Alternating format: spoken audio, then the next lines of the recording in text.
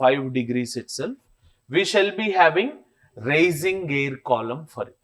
We shall be having rising air column for it. A 5 degrees దగ్గరనే heat up అయిపోయి rise అయిపోతూ ఉంటుంది. Are you getting this point?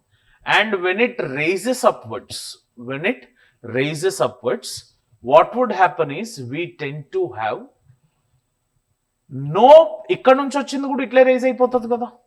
అంటే somewhere ఒక 5 degrees north 5 degrees south దగ్గర rise అవుతుంది.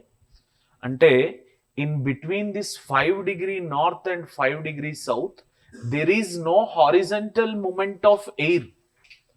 Wind కానీ ఎయిర్ కానీ హారిజంటల్ గా మూవ్ అవ్వట్లేదు. There is absence of horizontal movement of air. Everyone is accepting with this? So here what would happen is, when this particular air column rises from this particular 5 degree north and 5 degrees south latitudes, now we shall be having the absence of horizontal air system near that bunch.